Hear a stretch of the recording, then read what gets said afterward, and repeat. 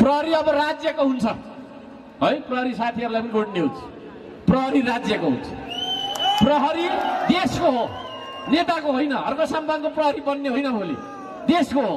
मैले बदमासी गरेँ भने मलाई पाता कसेर लानुपर्छ है, लानुपर्छ मलाई। तर यहाँ त के छ, नेता ठुलो भएपछि त उसले त मान्छे मार्दा पनि छुनु हुँदैन उनले। अलि हाँस, अलि हाँस। यो दलतन्त्रको अन्त्य हामी गर्छौँ आदरणीय दाजुभाइ दिदीबहिनीहरू। अर्को साम्पाङलाई हेरेर भोट दिनुहोस्, अरूलाई नहेर्नुहोस्। तपाईँलाई मन नपर्न सक्ला हाम्रो क्यान्डिडेट, मलाई हेरेर दिनुहोस्। यदि म यो देशमा चाहिँ एउटा भिजन भएको मान्छे, मिसन भएको मान्छे र कण कणमा यो देश बाँचिरहेको मान्छे हो भने मलाई हेरेर भोट दिनुहोस् श्रम संस्कृति पार्टीमा। र मैले बहुमत पाएर हाम्रो पार्टीले तपाईँको चाहिँ तपाईँहरूको जीवनमा परिवर्तन देखिने गरी, महसुस हुने गरी ल्याउन सकिनौँ भने म देशै छोडिदिन्छु, बस्दिनँ नेपालमा है। म नागरिकता त्याग गरेर होइन, मलाई बस्न सुहाउँदैन भनेर म छोडिदिन्छु। मैले यही प्रतिबद्धता दिएको थिएँ धरानमा। यदि धराने जनताको मन जितेर काम गरिनँ भने म धरान आउँदिनँ, बस्दिनँ भनेको थिएँ। तर अहिले धरान मात्रै नभएर ताप्लेजुङको पनि मन जितेरै होला। 1 घन्टा भन्दा 2 घन्टा भन्दा धेरै मान्छे तपाईँ उभिएर यहाँ बसिराख्नु भएको छ हो। म तपाईँहरूलाई धोका दिन्न है। मुकुमलुङ पाथीभराको कसम खाएर भन्छु, 1 पैसा भ्रष्टाचार गर्दिनँ है। जुन दिन भ्रष्टाचार गरेको पैसा गरेछु र त्यो पैसा मेरो तपाईँको खाएछु भने, 1 रुपियाँ खाएछु भने त्यही पल मेरो मरण होस्। पाथीभरा मातालाई म होइन, तपाईँको छैन सुम्निमा पारुहाङलाई पनि मैले अस्ति तपाईँको छैन भाकेर भनेको छु सालपा सिलिचुङमा। आज म यो पवित्र थलोमा उभिएर भन्छु, म त्यति धेरै इमान्दार मान्छे हो। तपाईँहरूले देख्नु भएको छ, मैले वर्ल्ड रेकर्ड राखिदिएँ। काम गरेर विश्व रेकर्ड राख्ने नेपालमा अरू कोही पनि छैन होइन। कुदेर राख्यो, पौडी खेलेर राख्यो होला, खोर्सानी टोकेर राख्यो होला, तर जनतालाई, हजारौं हजार जनतालाई होइन, भिरमा तपाईँको चाहिँ पाइप तान्न लगेर, त्यो पाइप किन्न लगाएर, त्यति धेरै तपाईँको चाहिँ मोटिभेट गरेर, उत्साहित प्रेरित गरेर विश्व रेकर्ड राख्ने अर्को साम्पाङ मात्रै हो है। कोही मान्छे होइन मसँग प्रतिस्पर्धा गर्न चाहन्छ भने म भन्न चाहन्छु, काम गरेर मै जस्तो विश्व रेकर्ड राख्दिनँ। त्यस्तो मान्छे हो। त्यसो भएको कारणले गर्दाखेरि यति इमान्दार मान्छे नेतृत्व गर्छु भनेर आउँदै गर्दा तपाईँहरूले यसपालि मत परिवर्तन गर्नु भएन भने होइन, अर्को साम्पाङ सधैँ यो धरतीमा जन्मिन्छ जस्तो मलाई लाग्दैन, यो देशमा जन्मिन्छ जस्तो लाग्दैन। तर म मेरो मेलो त छोड्दिनँ, म आफ्नो काम गरिरहन्छु। तर मलाई लाग्छ, मैले भन्दैछु, म यो देश जिताउन आएको मान्छे हुँ, तपाईँलाई जिताउन आएको मान्छे हुँ। तपाईँको जीवनमा देखिने परिवर्तन गर्नका लागि, महसुस हुने परिवर्तन गर्नका लागि आएको मान्छे हुँ म। मलाई तपाईँहरूले चिन्नु हुनेछ भन्ने मलाई लागेको छ। यहाँहरू सबैजनालाई हार्दिक नमन गर्न चाहन्छु। अब हामीले जितेर के कुराहरू गर्छौँ त भन्ने पनि सुन्नु मन लागेको होला। थुप्रै कुराहरू छ, पछि हामी तपाईँको चाहिँ घोषणा पत्र नै पठाइदिन्छौँ, पढ्नु होला। घरमा थुप्रो हुन्छ होइन। 2-4वटा कुरा गर्छौँ। हामी यो देशको शिक्षा पद्धतिमा आमूल परिवर्तन गर्छौँ। विद्यालय 3 दिन मात्रै लाग्छ। विद्यार्थीले सैद्धान्तिक तपाईँको चाहिँ शिक्षा, किताबको भारी बोकेर जीवन बिताउनु पर्दैन है। पढिसकेपछि यही देशमा केही गरी खान सक्ने वातावरण बन्ने गरेको छैन। हाम्रो शैक्षिक प्रणालीमा परिवर्तन हामी ल्याउँछौँ है। हप्ताको 3 दिन मात्रै किताब पढ्ने, 4 दिन के गर्ने भन्दाखेरि उत्पादनका काम गर्ने। हाम्रो विद्यार्थीहरूलाई यतातिर त अब आलु प्याज भनेको थाहा छ। अब धरानमा तपाईँको छैन, मैले खोर्सानीको बोट कस्तो हुन्छ भनेर बाटैभरि खोर्सानी रोपिन्जेल भए। अब विद्यार्थीलाई थाहै छैन होइन, कहाँ थाहा छ त? धरानमा जन्म्यो, हुर्क्यो, उतै होइन। अब यतातिर त सबै थाहा छ। खोर्सानीको बोट कस्तो हुन्छ भन्ने थाहा छैन, धानको बोट कस्तो हुन्छ भन्ने थाहा छैन। अनि त्यो खालको शिक्षा पढेर चाहिँ बेसरी विद्वान ठान्ने, आफूलाई डक्टर ठान्ने, आफूले खाने तपाईँको चाहिँ धान रोप्न आउँदैन होइन।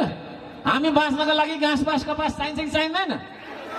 बाँच्नका लागि सुरुमै भात चाहिन्छ होइन, त्यसपछि लुगा चाहिन्छ होइन, त्यसपछि बस्ने घर चाहिन्छ, त्यसपछि मात्रै आउँछ अरू त। त्यसो भएको कारणले त्यो खालको चाहिँ उत्पादनका कुरा, निर्माणका कुरा आविष्कार गर्नु परेन यो देशमा हो। होइन तपाईँको विदेशबाट लिएको गाडी मात्रै चढिराख्ने हामीले यही देशमा ताप्लेजुङ मेड इन ताप्लेजुङ गाडी चढ्दा हुँदैन। अनि त्यो मेड इन ताप्लेजुङ गाडी बनाउनको लागि चाहिँ तपाईँको छैन खालि त्यही पुरानै तपाईँको विदेशी दलालहरूले चलाएको पार्टीमा भोट हालेर बन्छ। हामी यही देशमा फ्याक्ट्रीहरू खोल्छौँ, यही देशमा आविष्कार केन्द्रहरू खोल्छौँ, यही देशमा हुन्छ निर्माण। हामीले आविष्कारहरू गर्नु जरुरी छ।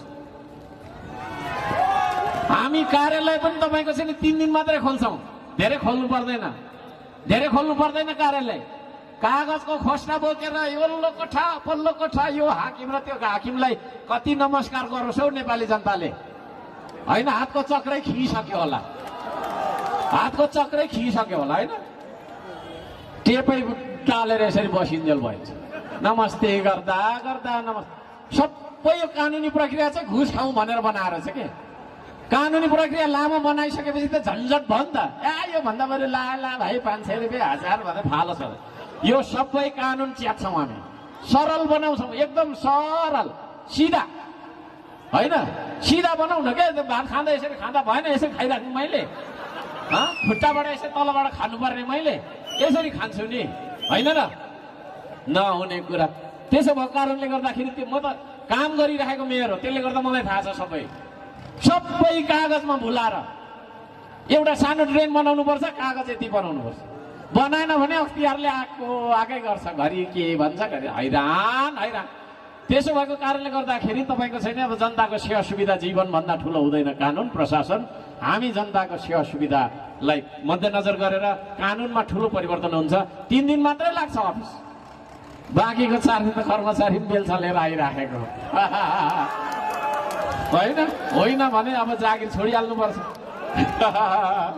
होइन बाटैभरि खोर्सानी फलिराखेको, प्याज फलिराखेको, होइन फलफुलमा ठोकिराखेको क्या। सो हिँड्दै बाटोमा डङ्गा ठोके के रहेछ भन्दा आँपमा पनि ठोकिराखेको। त्यस्तो धरती बनाऊ न, होइन? जङ्गलैभरि फलफुल रोप्यो भने संसारभरिको चराचुरुङ्गी हाम्रो देशमा आउँछ। अहिले जङ्गल जाउँ न, चरा छैन, खानेकुरा भएको हुन्छ।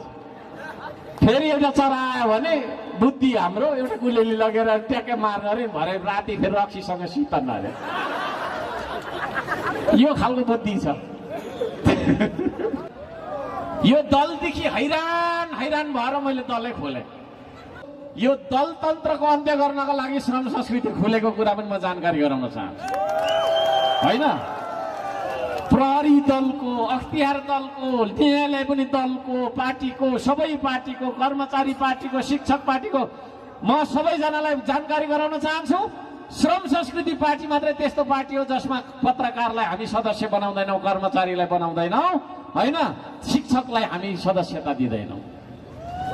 शिक्षकहरू आज तपाईँको पढाउनु छोडेर म त फल्ना नेताले नृत्य गरिदिएको भन्छ, 12 बजी स्कुल जान्छ।